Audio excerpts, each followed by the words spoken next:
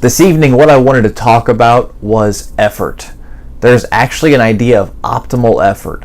And so sometimes you see people saying, oh, you have to grind harder, you have to hustle harder. That's a real thing, you can be not working hard enough for sure. I've been guilty of that in my past. But there's also a farther end of the spectrum, which is working too hard, trying too hard.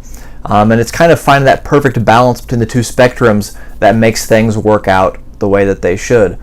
The not working hard enough is fairly easy to identify, but the working too hard, not so much. I'm actually going to borrow from a book here, one of my favorite books here, Maximum Performance here, by Morehouse and Gross. But this is about physical effort, but it also relates to other types of effort as well. So I'm going to read like a small section here to kind of some good food for thought.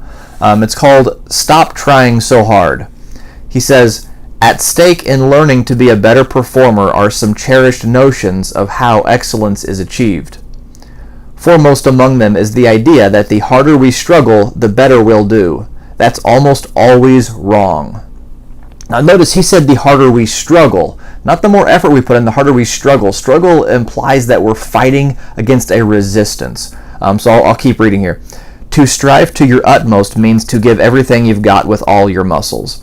The problem is that physiologically, when you're putting all you've got into an action, some of that force is holding you back. So muscles are grouped around joints in such ways to oppose each other. While one group acts as accelerators, another acts as brakes. The muscles acting as brakes stabilize the limbs, while the accelerating muscles move them. Ideally, both braking and accelerating muscles act in harmony to make the movement smooth and accurate. In order to move at your best, one system must be releasing while the other is hauling. You must feel that you're functioning with only a modest amount of power and effort. In rapid movement, it's not the strength of the muscles that's important so much as the ability to relax antagonistic muscles. So it's interesting to think about. It's not about trying harder or mentally trying to push yourself to that next level. It is partially about that, but that only can work to the ability you have to relax the stress that you're causing on your system to allow sort of unimpeded forward movement.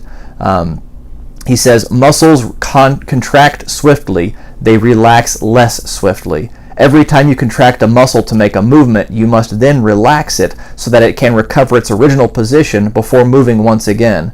You can speed up contractions by a determined effort, but the resulting tension spreads to the muscles that should be lengthening or relaxing and ties them up.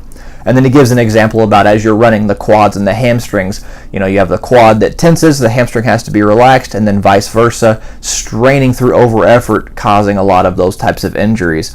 And then he goes on to the secret of speed. He said speed results not so much from the swiftness with which you can contract the muscles, but the swiftness with which you can relax them so they don't act as brakes on your acceleration.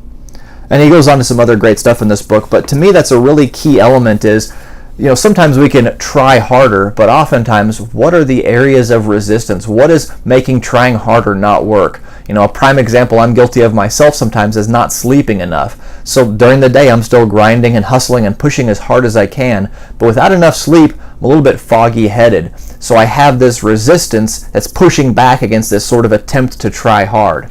So just some sort of food for thought for you. If you're thinking about maybe am I trying too hard? This is a way to conceptualize that concept. If you're not trying hard enough, hey, you got to hustle harder. We'll talk about that a lot more. Let me know what you think in the comments below. I'd love to hear some feedback. Have a good night.